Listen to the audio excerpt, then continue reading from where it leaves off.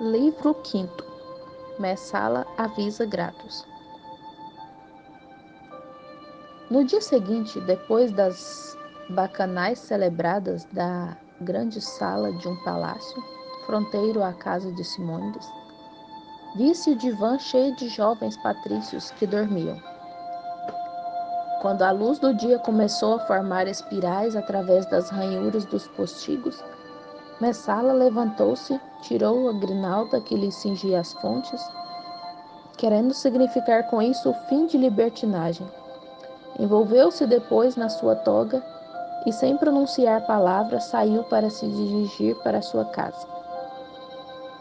3 horas depois, 2 correios penetravam no seu aposento, recebendo das suas mãos um despacho selado e duplicado, contendo uma carta para Valérios Gratos, o procurador ainda residente em Cesárea.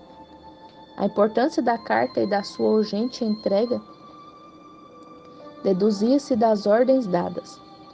Um correio devia levá-la por mar e o outro por terra, e ambos deveriam fazê-lo com a maior celeridade. O conteúdo da carta era o seguinte: Antioquia, 12 calendas de julho. De Messala a Gratos. Ó Midas, não te ofendas, peço-te, com este ápodo, porque deriva do afeto e reconhecimento que te dedico, e é, ao mesmo tempo, a confissão de que és o mais afortunado dos homens. Tenho de referir-te coisas assombrosas, que, embora descansem ainda sobre meras conjecturas, não deixam de merecer atenção. Permite-me, em primeiro lugar, que eu refresque a tua memória. Lembras-te, há já muitos anos, da família de um príncipe de Jerusalém, de nome Ben-Hur?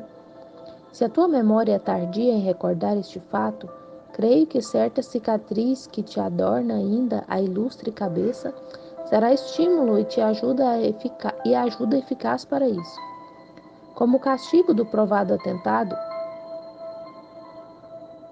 já dizem os deuses que, para tranquilidade das nossas consciências, nunca se prove que foi um acidente fortuito. A família foi presa e confiscados os respectivos bens. A nossa decisão mereceu a aprovação de César. Nunca faltem flores sobre a sua tumba. Por isso, não é vergonhoso aludir às somas que, por aquela fonte, penetraram nos nossos cofres. Para reivindicar a tua prudência, recordarei para mais as disposições que tomaste com os indivíduos da família Ur, a fim de que o silêncio nos assegurasse o tranquilo desfrute dos nossos ganhos e que, por sua vez, o remorso de ter vertido sangue não nos manchasse a terna consciência. Recordarás o que fizeste da mãe e da irmã do criminoso, e se agora cedo a curiosidade de saber se estão vivas ou mortas, é porque sei que a tua alma generosa me saberá perdoar facilmente. Mas passemos ao essencial. Para isso, me permito recordar-te que o réu foi condenado perpetuamente às galés. Assim dizia a sentença que li com os meus próprios olhos e que foi dirigida ao tribuno e comandava a galé. E agora, presta-me atenção, excelentíssimo Frígio. Se calcularmos o limite comum da vida de um condenado às galés, o assassino por ti tão justamente castigado deveria ter morrido. E chego ao ponto mais interessante. Na última noite, enquanto fazia de anfitrião numa festa organizada por alguns jovens recém-vindos de Roma, chegou-me aos ouvidos uma história singular. Hoje chega Maxêncio, o cônsul, para dirigir a campanha contra os partos.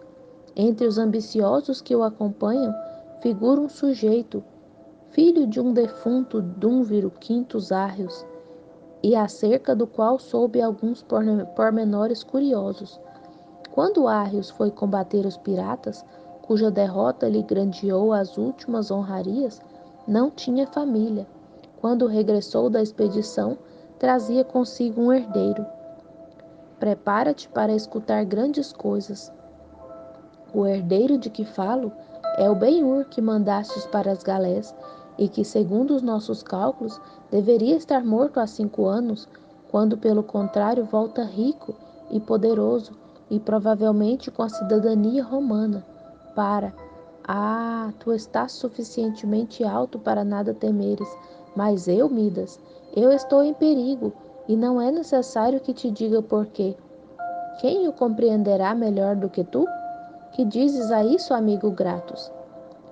Quando Arrios, o pai adotivo dessa aparição oceânica, travou combate com os piratas, a sua nave foi metida a pique e toda a sua tripulação pereceu, menos 2 pessoas, Arrios e o seu herdeiro. Os oficiais que os recolheram do madeiro sobre o qual flutuavam dizem que o companheiro do infortunado tribuno era um jovem e que vestia a túnica dos forçados.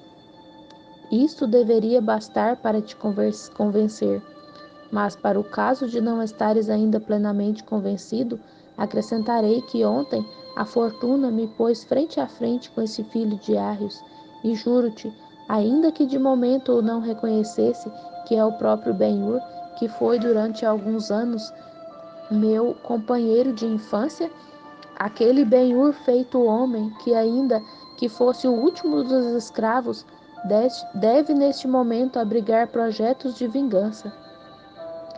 Isso faria eu no seu lugar. Vingança que não se deteria nem perante a própria morte. Vingança pela pátria, pela mãe, pela irmã perdidas, pelos anos passados nas galés, pela fortuna, enfim, que lhe arrebatamos. Não duvido, meu benfeitor e amigo, que o perigo que correm os teus sestércios e não a tua pele te terá tirado do teu habitual ceticismo e que terás chamado já em teu auxílio a tua poderosa inventiva. Seria fazer-te uma ofensa perguntar-te o que havemos de fazer? Deixa-me antes dizer-te que sou teu cliente, ou melhor, que tu és o Ulisses de cuja boca espero os mais sábios conselhos. Entrego-me a ti completamente. O sol já vai alto. Dentro de 1 hora partirão 2 mensageiros com cópias seladas desta carta. Um irá por terra e o outro por mar. De tanta importância considero a presença do nosso inimigo nessa parte do mundo romano. Esperarei nessa cidade a tua resposta. A estadia aqui de Ben-Hur dependerá naturalmente do cônsul, o qual, ainda que trabalhasse noite e dia, terá de demorar-se 1 mês, pelo menos. Bem sabes o que custa reunir um exército e aprovê-lo de tudo necessário para uma campanha num país longínquo e deserto. Ontem encontrei o judeu no bosquezinho e, se não estiver ali neste momento, está indubitavelmente nas proximidades, pelo que me será muito fácil vigiá-lo. E se quiseres saber onde encontro neste momento, apostaria que está no Horto das Palmeiras, sob a tenda daquele velho traidor, o Cheque Uderim, que não tardará em cair nas nossas mãos. Não te surpreendas de Marcélcio, como medida preliminar, embarcar o árabe na primeira galé que regresse e o mande para Roma. Não estranhes a minha solicitude em te informar diariamente do nosso amigo, porque é de alta importância para ti saber onde se encontra. Debaixo da tua hábil direção, aprendi tanta prudência humana quanto basta para conhecer que em toda empresa são especialmente necessários 3 elementos: tempo, lugar e meio. Se crês que este é o lugar oportuno, não hesites em confiar a execução dos teus planos ao teu amigo e discípulo Messala. Aproximadamente à mesma hora em que saíam dos aposentos de Messala os correios, Ben-Hur entrava na tenda de Uderim. Tomara banho no lago, comera o pequeno almoço e trajava uma simples túnica sem mangas que apenas lhe chegava aos joelhos.